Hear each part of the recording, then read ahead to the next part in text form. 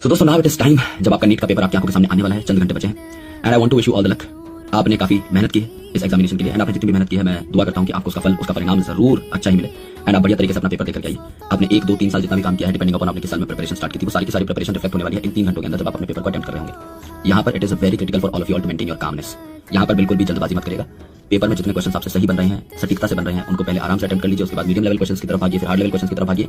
Time management is a real skill जो यहाँ पर आपकी हेल्प कर रही होगी। तो टाइम को मैनेज करते हुए चलना है, इत्मीनान से पेपर दीजिए और उसके बाद खुश मिजाजी के साथ बाहर लौटिए और अच्छे तरीके से लाइफ में फिर आगे बढ़िए, डिपेंडिंग अपॉन कैसा आपका पेपर रहता है। There are many more things that you can do in life. मैं हमेशा स्टूडेंट से एक बात कहता हूँ कि भारत में अगर आपको डॉक्टर बनना है then NEET is a paper, लेकिन अगर आपको सफल बनना है तो आप अलग अलग तरीकों से भी सफल बन सकते हैं। आप रिस्पेक्टफुल पोजीशंस पर पहुंच सकते हैं, आप पैसा कमा सकते हैं, आप सोसाइटी के लिए कंट्रीब्यूट कर सकते हैं। There are many more ways and being a biologist you have ample ways and I will be telling you all those things. आराम से बस अपना पेपर देकर के आइए, इत्मीनान से पेपर देकर के आइए, खुशी से लौटिए और जितना आपने किया है, जितना आपने मेहनत की है, जितना आपने काम किया है, उसका आपको एक अच्छा रिजल्ट मिल जाए। बस इतना ही मैं इस प्रकृति से दुआ करता हूँ एंड आई होप आपको मिल भी जाएगा। बस चिंता मुक्त होकर जाना, चिंता मुक्त होकर आना, है ना, और ज्यादा टेंशन मत लेना। There are many more things. मैं बस यही कह रहा हूँ कि हमें लगता है कि कई बार हम लाइफ के एक पैरामीटर को ना बहुत बड़ा आंक लेते हैं। जैसे अभी आपकी लाइफ में कुछ है नहीं, you are only 16 year old, 17 year old, 18 year old, 19 year old, आपको कुछ पता नहीं। आपको लगता है कि एकेडमिक्स इज ओनली थिंग। और मैं जब बच्चा था, मैं जब आपकी उम्र में था, तो मुझे भी यही लगता था कि एकेडमिक्स डिसाइड करेगी कि लाइफ में हम लोग क्या करने वाले हैं। धीरे धीरे जब आप बड़े हो जाते हो, जब आप मैच्योरिटी पे पहुंचते हो, जब आप थोड़ा सा और चीजों को हिट करते हो, तो आपको पता लगता है कि लाइफ की प्रायोरिटीज हमेशा शिफ्ट होती रहती है एंड कोई भी ऐसा एक पैमाना नहीं है जो डिसाइड करेगा कि आपकी लाइफ किस दिशा में मूव करेगी एग्जैक्टली। तो आज हम पढ़ाई को जितना बड़ा समझ रहे हैं, ये आज के दिन में बड़ा पैरामीटर हो सकता है, कल को उतना बड़ा पैरामीटर नहीं रहेगा। तो कोई भी स्टेप नहीं लेना है, इत्मीनान से बैठ करके पेपर देना है, प्यार से पेपर देना है और उसके बाद आकर के मूल्यांकन करना है, एनालिसिस करना है।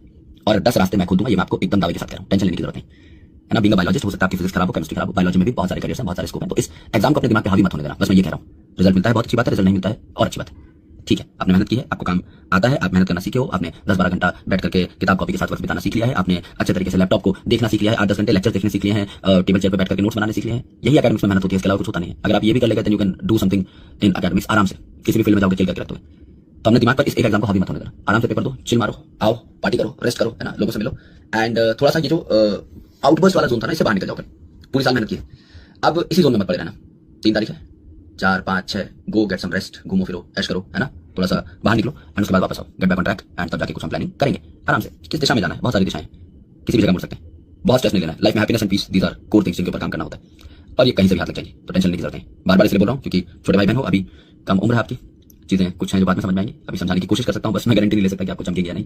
बस एक फर्ज है जो निभाने के लिए यहाँ पर बैठा हूँ। बस यही कहूँगा कि दुनिया में बहुत सारी चीजें, तो एग्जाम होता है बहुत अच्छी बात है, एग्जाम नहीं होता ठीक है।